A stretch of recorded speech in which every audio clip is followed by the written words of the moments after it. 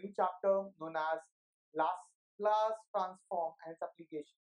This chapter is your, you can say, advanced part of your transient analysis. The transient analysis, what we done it was totally into time domain. In this topic, you need to do your network calculation in terms of your frequency domain. So that's the basic logic, that's the basic difference between this and previous one. So if you understand the difference, your sum and your concept become much easier, my dear friends. So let's have a look. First thing I'll teach you what was the difference. Remaining part, your 70% of the sum will I say it is same. Your 30% will be as good as your mathematics 3, your applied mathematics 3, which you will be studying in this semester.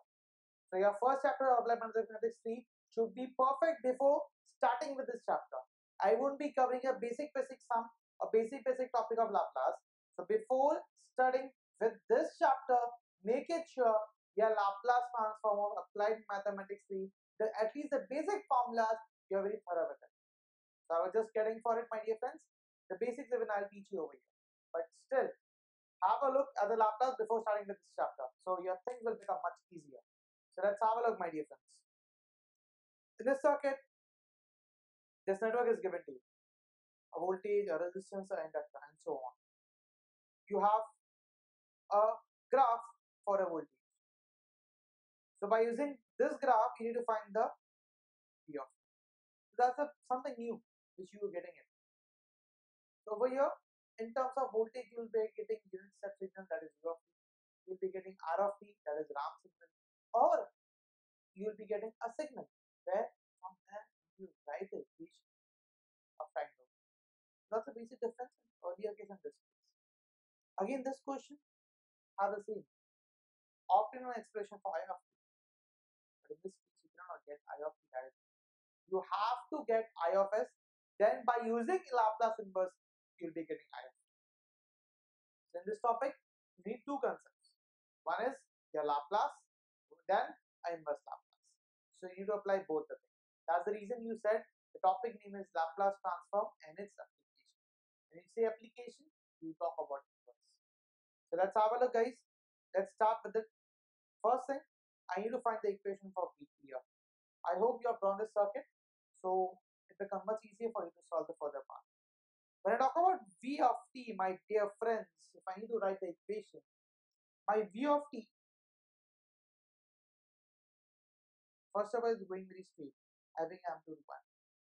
The signal which having amplitude 1 and it travels in horizontal direction, that signal is known as unit step signal. It is defined as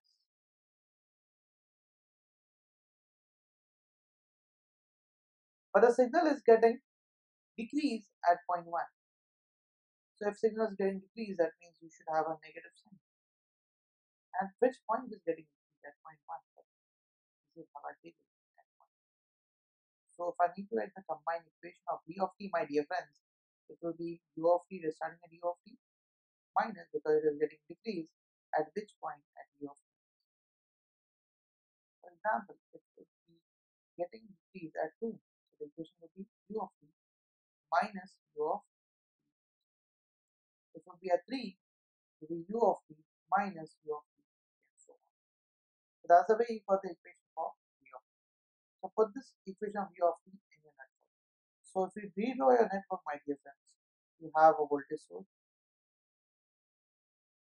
U of t minus U of t minus 1, which 1 ohm, 1. So first of all, you need to convert whenever you get unit step, ramp signal, and so on. First of all, you need to convert this thing into a Laplace equation. When I talk about Laplace equation, my dear friends, for Laplace equation, you should know the following formulas. Laplace U of t will be equal to 1. Laplace U of t minus 1. If I compare this and this, you will observe carefully the only the extra part which I am getting is minus 1. I already know the value for U of t. The value for U of t is nothing but 1 upon this. For this minus 1, you need to replace by using an exponential. So you replace by t raised to minus 6. If it would be t minus 2, So it will be e raised to t minus 3 e raised to t minus 4 e raised to. That's the way you do it, and so on. So first, convert the circuit into a Laplace. So it will be plus minus u of t is 1 upon s minus u of t minus 1 is e raised to minus s upon s. Acceptable the one as it is. Okay. You have a resistance 1 ohm.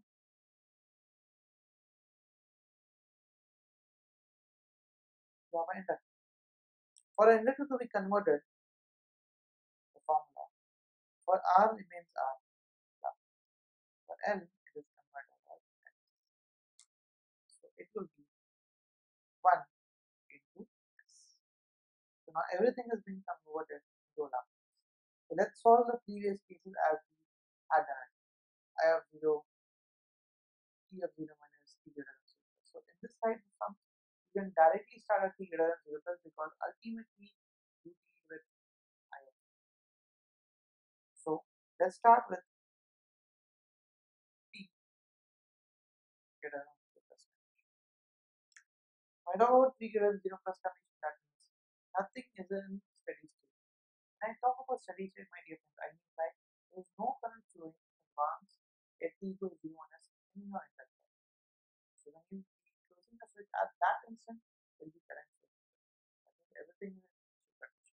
So nothing, neither a current source should be drawn in parallel, neither a voltage source should be drawn in series because there is no capacitor. So the circuit of T greater than 0 plus will be drawn as voltage 1 upon s minus e raised to minus s upon s closed resistance 1 ohms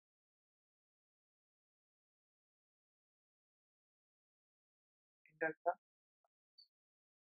This is nothing but I of s because everything is in frequency. You cannot because you convert everything into a Laplace transform. So apply of T. So T will be 1 into I of s plus. So now you cannot apply a voltage formula over here. Voltage of what? Because this is converted to Laplace a norm. So you just need to write as it is. So this will be 1 is into I of s. The L dIdt formula will be where the network is not converted into a Laplace. It is only a number. For example, 4 and 3 and 8. When it is converted into a norm Laplace, the frequency, it should be treated as a variable. As we treat a resistor, same thing it will be taken as in form of equation. So we shouldn't apply the voltage of an inductor. Please remember this point, don't make mistakes. Equal. So it will be 1 upon s minus e raised to minus upon s. So if I take I of s common, the equation which I get is s plus equal to 1 upon s bracket 1 minus e raised to minus s.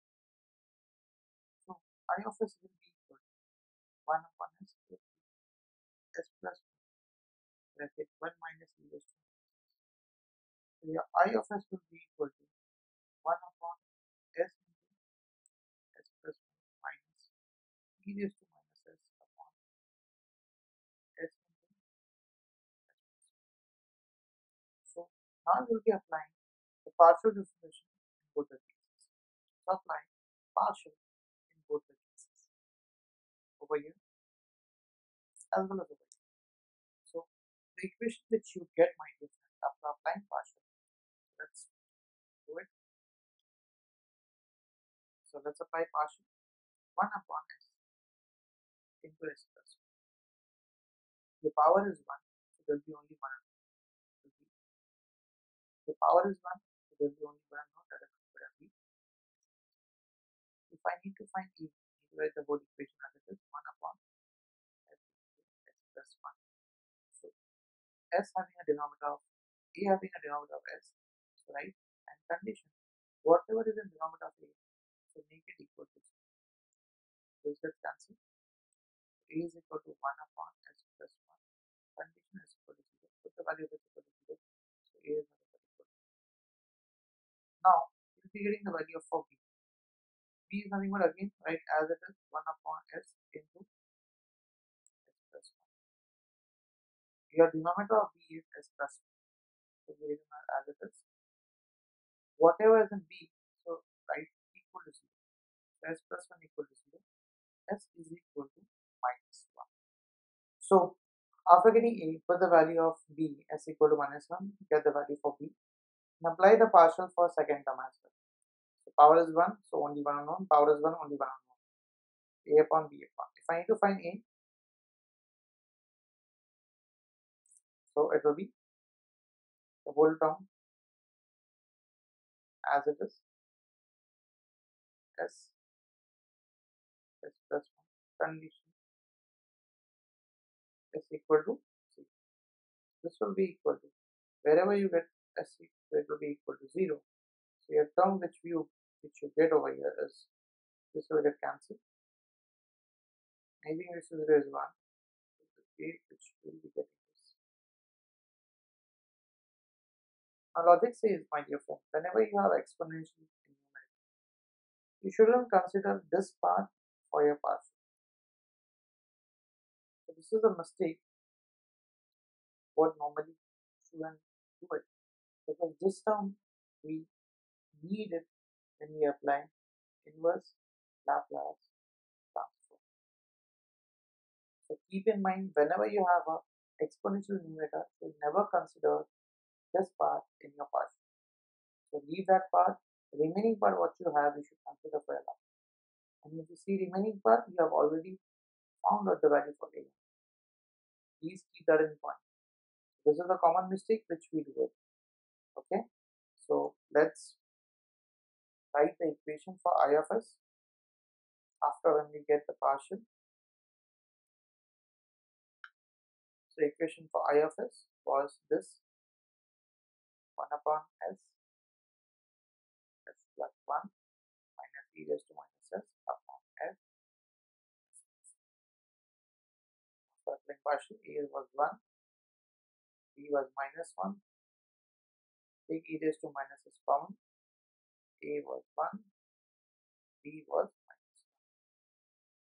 1. So simplify it, take it open, 1 upon s minus 1 upon s plus 1 minus e raised to minus s upon s minus minus plus e raised to minus upon s plus 1. Before applying inverse, we should know the basic formula for inverse. Inverse of 1 upon s is nothing but equal to 0. Inverse of 1 upon s plus e is nothing but equal to, plus e should be removed by exponential. It will be denoted as e raised to minus into, when the remaining part is 1 upon s, it is to be Laplace inverse of 1 upon s minus e. So it should be equal to e raised to minus, it will be plus 1 upon s will be equal to e raised to. Left, it is in case of exponential, e raised to minus s into 1 upon s. 1 upon s, you already know it is u of t. This is nothing but shifting, sign is minus, e raised to minus as into 1 upon s. 1 upon s is nothing but u of t with minus s. Get e raised to plus as into 1 upon s. So 1 upon s is equal to u of t with plus a. If it doesn't come of this, e raised to minus as into 1 upon s plus 1. Before finding 1 upon s, first I have to remove e raised to plus, so it will be e raised to minus t. Then remaining is 1 upon s. 1 upon s u of t. But you have exponential. So wherever you have t, it will be t minus a. Wherever you have t, it will be t minus a. Wherever you have t, it will be t minus a. Laplace inverse.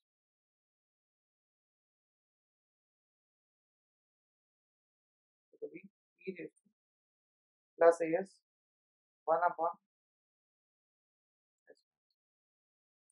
So minus 1, it will be e raised to plus 2. So minus 1 got removed. 1 upon s is u of t. E raised to plus as. So wherever t, we will be writing plus A, B plus A, B plus A, plus A.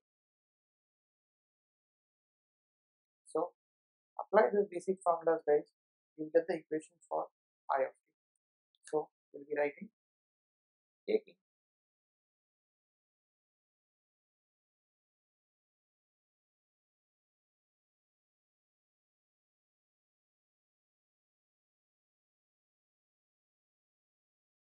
we get I of s is nothing but equal to I of 1 upon s is u of t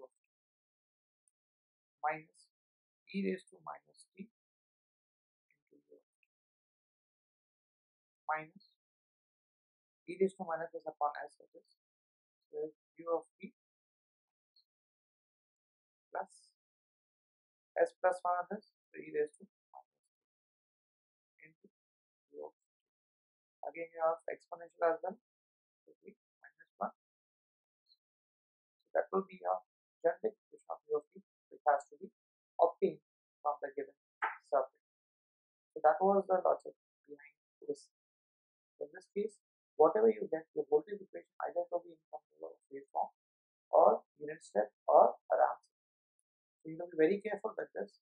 Apply Laplace, and at the end, if you get I of s, apply inverse Laplace. The above formulas, please make it a point you have to know it in all forms because it won't be discussed in every sums. Thank you so much, guys. Signing off.